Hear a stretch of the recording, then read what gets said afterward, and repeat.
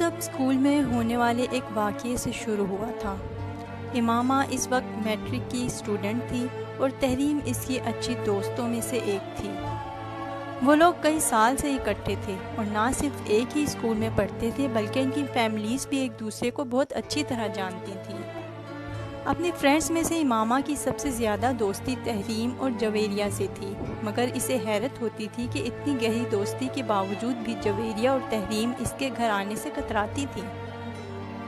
امامہ ہر سال اپنی سالگرہ پر انہیں انوائٹ کرتی اور اکثر اپنے گھر پر ہونے والی دوسری تقریبات میں بھی انہیں مدعو کرتی، مگر وہ گھر سے اجازت نہ ملنے کا بہانہ بنا دیتی۔ چند بار امامہ نے خود ان دونوں کے والدین سے اجازت لینے کے لیے بات کی، لیکن اس کے بے تحاشا اصرار کے باوجود ان دونوں کے والدین انہیں اس کے گھر آنے کی اجازت نہ دیتے۔ ان کے رویے پر کچھ شاکی ہو کر اس نے اپنے والدین سے شکایت کی، تمہاری یہ دونوں فرینڈ سید ہیں، یہ لوگ عام طور پر ہمارے فرقے کو پسند نہیں کرتے، اسی لیے ان دونوں کے والدین انہیں ہمارے گھر آنے کی اجازت نہیں دیتے۔ ایک بار اس کی امی نے اس کی شکایت پر کہا، یہ کیا بات ہوئی، ہمارے فرقے کو کیوں پسند نہیں کرتے؟ امامہ کو ان کی بات پر تعجب ہوا۔ اب یہ تو وہی لوگ بتا سکتے ہیں کہ وہ ہمارے فرقے کو کیوں پسند نہیں کرتے، یہ تو ہمیں غیر مسلم بھی کہتے ہیں، اس کی امی نے کہا۔ کیوں غیر مسلم کہتے ہیں؟ ہم تو غیر مسلم نہیں ہیں، امامہ نے کچھ الجھ کر کہا۔ ہاں بالکل، ہم مسلمان ہیں، مگر یہ لوگ ہمارے نبی پر یقین نہیں رکھتے، اس کی امی نے کہا۔ کیوں؟ اب اس کیوں کا میں کیا جواب دے سکتی ہوں؟ اب یہ لوگ یقین نہیں رکھتے، کٹر ہیں بڑے، یہ تو انہیں قیامت کے دن ہی پتہ چلے گا کہ کون سیدھے رستے پر تھا، ہم یا یہ۔ مگر امی، مجھ سے تو انہوں نے کبھی مذہب پر بات نہیں کی، پھر مذہب مسئلہ کیسے بن گیا؟ اس سے کیا فرق پڑتا ہے، پھر دوسرے کے گھر آنے جانے سے کیا ہوتا ہے؟ امامہ ابھی بھی الجھی ہوئی تھی۔ یہ بات انہیں کون سمجھائے؟ یہ لوگ ہمیں جھوٹا کہتے ہیں، حالانکہ خود انہیں ہمارے بارے میں کچھ پتہ نہیں، بس مولویوں کے کہنے میں آ کر ہم پر چڑھ دوڑتے ہیں۔ انہیں ہمارے بارے میں اور ہمارے نبی کی تعلیمات کے بارے میں کچھ پتہ ہوتا تو یہ لوگ اس طرح نہ کریں، شاید پھر انہیں کچھ شعور آ جائے اور یہ لوگ بھی ہماری طرح راہ راست پر آ جائیں۔ تمہاری فرینڈز اگر تمہارے گھر نہیں آتی تو تمہیں پریشان ہونے کی کوئی ضرورت نہیں، تم بھی ان کے گھر مت جایا کرو۔ مگر امی، ان کی غلط فہمیاں تو دور ہونا چاہیے میرے بارے میں، امامہ نے ایک بار پھر کہا۔ یہ کام تم نہیں کر سکتی، ان لوگوں کے ماں باپ مسلسل اپنے بچوں کو ہمارے خلاف برین واشنگ کرتے رہتے ہیں، ان کے دلوں میں ہمارے خلاف زہر بھرتے رہتے ہیں۔ نہیں امی، وہ میری بیسٹ فرینڈز ہیں، ان کو میرے بارے میں اس طرح نہیں سوچنا چاہیے۔ میں ان لوگوں کو اپنی کتابیں پڑھنے کے لیے دوں گی تاکہ ان کے دل میں میرے بارے میں یہ غلط فہمیاں دور ہو سکیں، پھر ہو سکتا ہے یہ ہمارے نبی کو بھی مان جائیں، امامہ نے کہا۔ اس کی امی کچھ سوچ میں پڑ گئیں۔ آپ کو میری تجویز پسند نہیں آئی؟ ایسا نہیں ہے، تم ضرور انہیں اپنی کتابیں دو، مگر اس طریقے سے نہیں کہ انہیں یہ لگے کہ تم اپنے فرقے کی ترویج کے لیے انہیں یہ کتابیں دے رہی ہو۔ تم انہیں یہ کہہ کر کتابیں دینا کہ تم چاہتی ہو کہ وہ ہمارے بارے میں جانیں، ہم کو زیادہ بہتر طریقے سے سمجھ سکیں، اور ان سے یہ بھی کہنا کہ ان کتابوں کا ذکر وہ اپنے گھر والوں سے نہ کریں، ورنہ وہ لوگ زیادہ ناراض ہو جائیں گے۔ امامہ نے ان کی بات پر سر ہلا دیا۔ اس کے چند دنوں بعد امامہ اسکول میں کچھ کتابیں لے گئی تھی۔ بریک کے دوران جب وہ گراؤنڈ میں آ کر بیٹھیں تو امامہ اپنے ساتھ وہ کتابیں بھی لے آئی۔ میں تمہارے اور جویریہ کے لیے کچھ لے کر آئی ہوں۔ کیا لائی ہو دکھاؤ؟ امامہ نے شاپر سے وہ کتابیں نکال لیں اور انہیں دو حصوں میں تقسیم کرتے ہوئے ان دونوں کی طرف بڑھا دیا۔ وہ دونوں ان کتابوں پر نظر ڈالتے ہی کچھ چپ سی ہو گئیں۔ جویریہ نے امامہ سے کچھ کہا نہیں، مگر تحریم یکدم کچھ اکھڑ گئی۔ یہ کیا ہے؟ اس نے سرد مہری سے پوچھا۔ یہ کتابیں میں تمہارے لیے لائی ہوں، امامہ نے کہا۔ کیوں؟ تاکہ تم لوگوں کی غلط فہمیاں دور ہو سکیں۔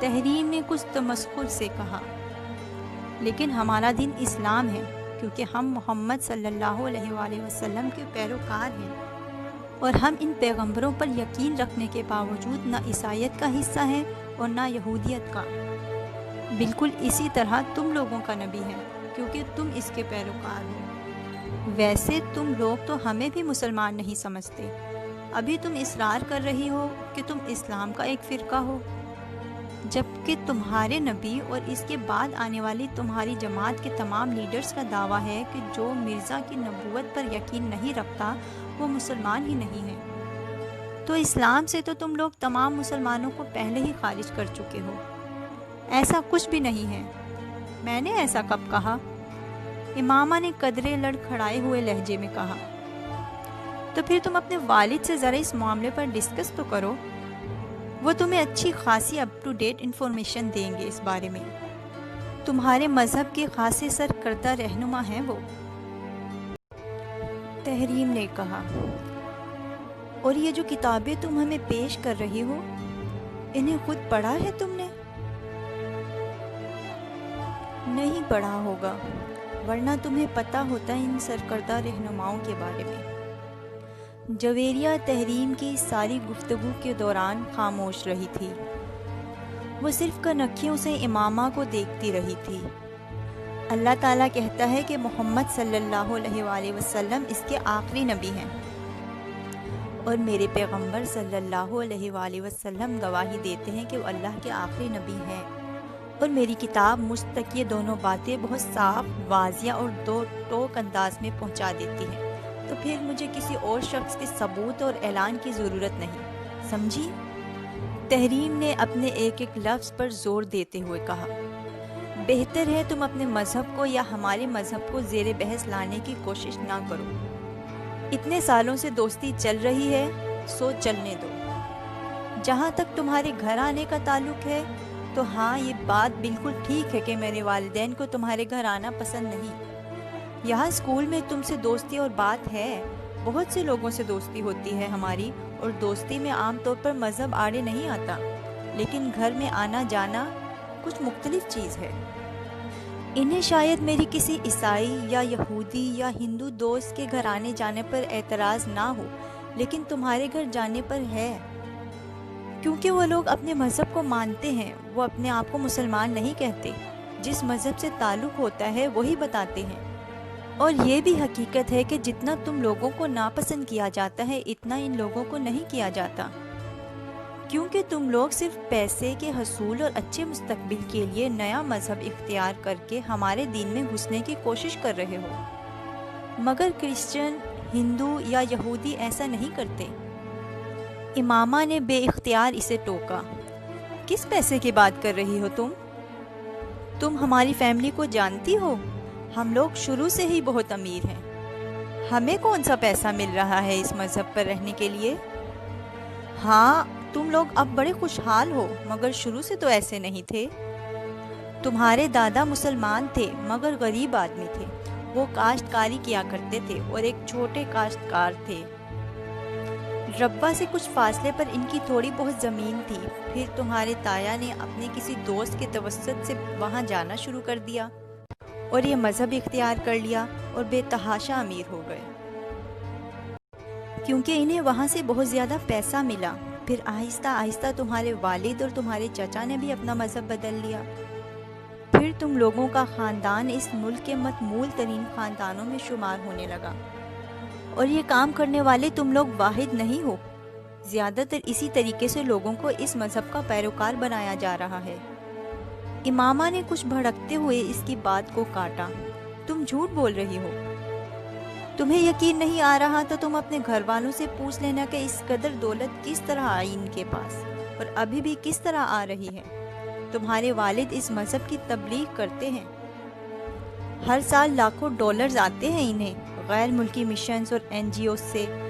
تحریم نے کچھ تحقیر امیز انداز میں کہا، یہ سفید جھوٹ ہے، سفید جھوٹ۔ امامہ نے بے اختیار کہا، میرے بابا کسی سے کوئی پیسہ نہیں لیتے، وہ اگر اس فرقے کے لیے کام کرتے ہیں تو کیا غلط ہے؟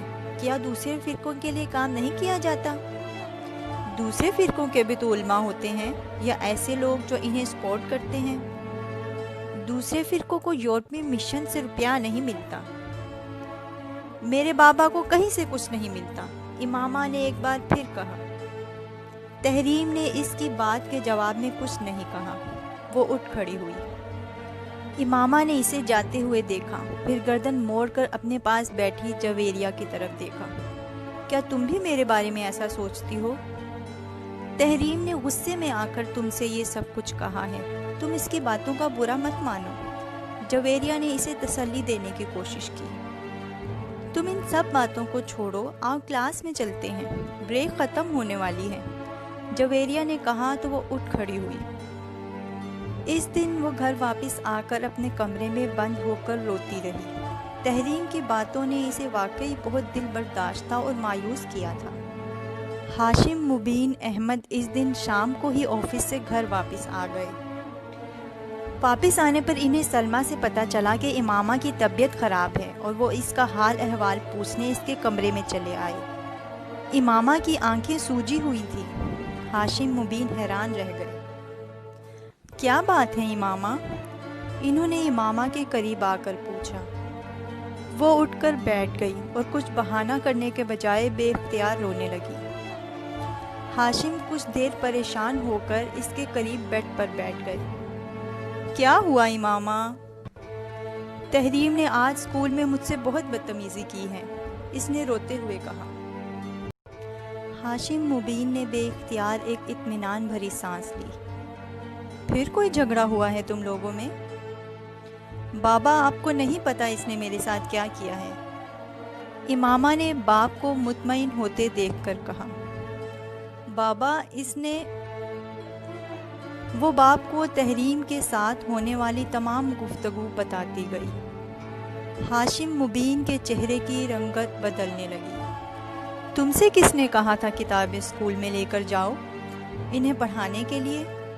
انہوں نے امامہ کو ڈانٹتے ہوئے کہا۔ میں ان کی غلط فہمیاں دور کرنا چاہتی تھی بابا، امامہ نے قدرے کمزور لہجے میں کہا۔ تمہیں ضرورت ہی کیا تھی کسی کی غلط فہمی دور کرنے کی؟ وہ ہمارے گھر نہیں آتی تو نہ آئے، ہمیں برا سمجھتی ہیں تو سمجھتی رہیں، ہمیں اس سے کیا فرق پڑتا ہے؟ ہاشم مبین نے اسے سمجھاتے ہوئے کہا۔ مگر اب تمہاری اس حرکت سے پتہ نہیں وہ کیا سمجھے گی، کس کو بتائے گی کہ تم نے اسے وہ کتابیں دینے کی کوشش کی؟ خود اس کے گھر والے بھی ناراض ہوں گے۔ امامہ ہر ایک کو یہ بتاتے نہیں پھرتے کہ تم کیا ہو، نہ ہی اپنے فرقے کے بارے میں بحث کرتے ہیں، اگر کوئی بحث کرنے کی کوشش بھی کرے تو ہاں میں ہاں ملا دیتے ہیں، ورنہ لوگ خواہ مخواہ فضول طرح کی باتیں کرتے ہیں اور فضول طرح کے شبہات میں مبتلا ہوتے رہتے ہیں، انہوں نے سمجھایا۔ مگر بابا آپ بھی تو بہت سارے لوگوں کو تبلیغ کرتے ہیں، امامہ نے کچھ الجھے ہوئے انداز میں کہا۔ پھر مجھے کیوں منع کر رہے ہیں؟ میری بات اور ہے، میں صرف انہی لوگوں سے مذہب کی بات کرتا ہوں جن سے میری بہت بے تکلفی ہو چکی ہوتی ہے اور جن کے بارے میں مجھے یہ محسوس ہو کہ ترغیب اور تبلیغ کا اثر ہو سکتا ہے۔ میں 2-4 دن کی ملاقات میں کسی کو کتابیں بانٹنا شروع نہیں ہو جاتا، ہاشم مبین نے کہا۔ بابا ان سے میری دوستی 2-4 دن کی نہیں ہے، ہم کئی سالوں سے دوست ہیں، امامہ نے اعتراض کیا۔ ہاں مگر وہ دونوں سید ہیں اور دونوں کے گھرانے بہت مذہبی ہیں، تمہیں یہ بات ذہن میں رکھنی چاہیے تھی۔ میں نے تو صرف انہیں اپنے فرقے کے بارے میں بتانے کی کوشش کی تھی تاکہ وہ ہمیں غیر مسلم نہ سمجھے، امامہ نے کہا۔ اگر وہ ہمیں غیر مسلم سمجھتے ہیں تو ہمیں بھی کیا فرق پڑتا ہے، وہ خود غیر مسلم ہیں، ہاشم مبین نے بڑی عقیدت سے کہا۔ وہ تو خود گمراہی کے راستے پر ہیں۔ بابا وہ کہہ رہی تھی کہ آپ کو غیر ملکی مشن سے پیسہ ملتا ہے، NGO سے پیسہ ملتا ہے تاکہ آپ لوگوں کو ہمارے فرقے کا پیروکار بنائیں۔ ہاشم مبین نے تنفر سے گردن کو جھٹکا۔ مجھے صرف اپنی جماعت سے پیسہ ملتا ہے اور وہ بھی وہ پیسہ ہوتا ہے جو ہماری اپنی کمیونٹی اندرون ملک اور بیرون ملک سے اکٹھا کرتی ہے۔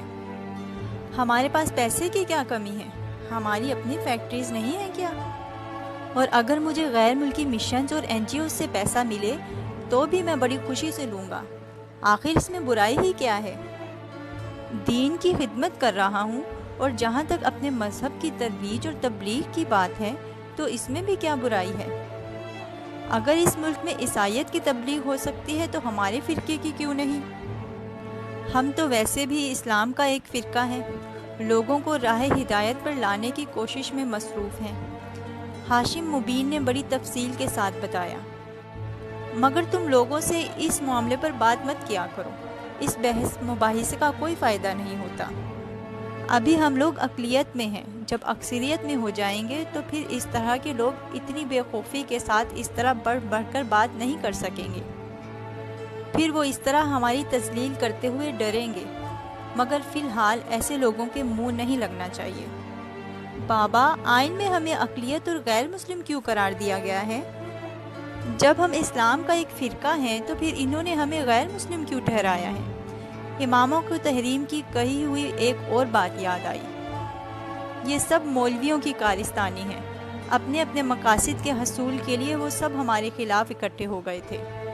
ہماری تعداد زیادہ ہو جائے گی تو پھر ہم اپنی مرضی کے قوانین بنائیں گے اور اس طرح کی تمام ترمیمات کو آئین سے ہٹا دیں گے، ہاشم مبین نے پرجوش انداز میں کہا۔ اور تمہیں اس طرح بے وقوفوں کی طرح کمرے میں بند ہو کر رونے کی ضرورت نہیں ہے، ہاشم مبین نے اس کے پاس اٹھتے ہوئے کہا۔ امامہ انہیں وہاں سے جاتے ہوئے دیکھتی رہی۔ تحریم کے ساتھ وہ اس کی دوستی کا آخری دن تھا، اور اس میں تحریم سے زیادہ خود اس کا رویہ وجہ تھی۔ وہ تحریم کی باتوں سے اس حد تک دل برداشتہ ہوئی تھی کہ اب تحریم کے ساتھ دوبارہ پہلے جیسے تعلقات قائم رکھنا اس کے لیے مشکل ہو گیا تھا۔ خود تحریم نے بھی اس کی اس خاموشی کو پھلانگنے یا توڑنے کی کوشش نہیں کی۔ ہاشم مبین احمدی جماعت کے سرکردہ رہنماؤں میں سے ایک تھے۔ ان کے بڑے بھائی عاظم مبین احمد بھی جماعت کے اہم رہنماؤں میں سے ایک تھے۔ ان کے پورے خاندان میں سے چند ایک کو چھوڑ کر باقی تمام افراد بہت سال پہلے اس وقت قادیانیت اختیار کر گئے تھے جب عاظم مبین احمد نے اس کام کا آغاز کیا تھا۔ جن لوگوں نے قادیانیت اختیار نہیں کی تھی وہ لوگ باقی لوگوں سے قطع تعلق کر چکے تھے۔ اپنے بڑے بھائی عاظم مبین کے نقش قدم پر چلتے ہوئے ہاشم مبین نے بھی یہ مذہب اختیار کر لیا۔ عاظم مبین ہی کی طرح انہوں نے اپنے مذہب کی فروغ اور تبلیغ کے لیے کام کرنا بھی شروع کر دیا۔ 10-15 سالوں میں وہ دونوں بھائی اس تحریک کے سرکردہ رہنماؤں میں شمار ہونے لگے۔ اس کی وجہ سے انہوں نے بے تحاشا پیسہ کمایا اور اس پیسے سے انہوں نے سرمایہ کاری بھی کی، مگر ان کی آمدنی کا بڑا ذریعہ تحریک کی تبلیغ کے لیے میسر ہونے والے فنڈز ہی تھے۔ ان کا شمار اسلام آباد کی ایلیٹ کلاس میں ہوتا تھا۔ بے تحاشا دولت ہونے کے باوجود ہاشم اور عاظم مبین کے گھر کا ماحول روایتی تھا۔ ان کی خواتین باقاعدہ پردہ کیا کرتی تھیں، مگر اس کا یہ مطلب نہیں تھا کہ ان خواتین پر ناروا پابندیاں یا کسی قسم کا جبر روا رکھا گیا تھا۔ اس مذہب کی خواتین میں تعلیم کا تناسب پاکستان میں کسی بھی مذہب کے مقابلے میں ہمیشہ ہی زیادہ رہا ہے۔ ان لوگوں نے اعلیٰ تعلیم بھی معروف اداروں سے حاصل کی۔ امامہ بھی اسی قسم کے ماحول میں پلی بڑھی تھی۔ وہ یقیناً ان لوگوں میں سے تھی جو منہ میں سونے کا چمچہ لے کر پیدا ہوتے ہیں، اور اس نے ہاشم مبین کو بھی کسی قسم کے مالی مسائل سے گزرتے نہیں دیکھا۔ یہی وجہ تھی کہ اس کے لیے تحریم کی یہ بات ناقابل یقین تھی کہ اس کے خاندان نے پیسہ حاصل کرنے کے لیے یہ مذہب اختیار کیا ہے۔ غیر ملکی مشنز اور بیرون ملک سے ملنے والے فنڈز کا الزام بھی اس کے لیے ناقابل قبول تھا۔ وہ یہ بات اچھی طرح جانتی تھی کہ ہاشم مبین اس مذہب کی تبلیغ اور ترویج کیا کرتے ہیں اور تحریک کے سرکردہ رہنماؤں میں سے ایک ہیں، مگر یہ کوئی خلاف معمول بات نہیں تھی۔ وہ شروع سے ہی اس سلسلے میں اپنے تایا اور والد کی سرگرمیوں کو دیکھتی آ رہی تھی۔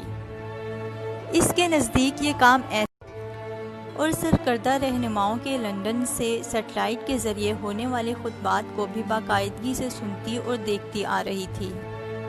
تحریم کے ساتھ ہونے والے جھگڑے سے پہلے اس نے کبھی اپنے مذہب کے بارے میں غور کرنے کی کوشش نہیں کی تھی۔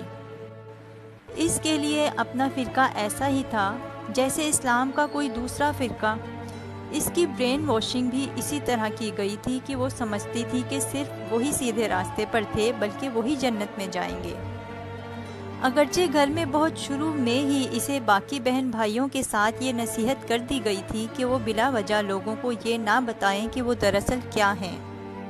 اسکول میں تعلیم کے دوران ہی وہ یہ بھی جان گئی تھی کہ 1974 میں انہیں پارلیمنٹ نے ایک غیر مسلم اقلیت قرار دے دیا تھا۔ وہ سمجھتی تھی کہ یہ مذہبی داؤں میں آ کر کیا جانے والا ایک سیاسی فیصلہ ہے، مگر تحریم کے ساتھ ہونے والے جھگڑے نے اسے اپنے مذہب کے بارے میں غور کرنے اور سوچنے پر مجبور کر دیا تھا۔ تحریم سے ہونے والے جھگڑے کے بعد ایک تبدیلی جو اس میں آئی وہ اپنے مذہب کا مطالعہ تھا۔ تبلیغی مواد کے علاوہ اور ان کتابوں کے علاوہ جنہیں اس مذہب کے ماننے والے مقدس سمجھتے تھے، اس نے اور بھی بہت سی کتابوں کا مطالعہ کرنا شروع کر دیا، اور بنیادی طور پر اسی زمانے میں اس کی الجھنوں کا آغاز ہوا۔ مگر کچھ عرصے مطالعے کے بعد اس نے ایک بار پھر ان الجھنوں اور اضطراب کو اپنے ذہن سے جھٹک دیا۔ میٹرک کے فوراً بعد اسجد سے اس کی منگنی ہو گئی۔ وہ عازم مبین کا بیٹا تھا۔ اگرچہ یہ کوئی محبت کی منگنی نہیں تھی، مگر اس کے باوجود امامہ اور اسجد کی پسند اس رشتے کا باعث بنی تھی۔ نسبت طے ہونے کے بعد اسجد کے لیے امامہ کے دل میں خاص جگہ بن گئی تھی۔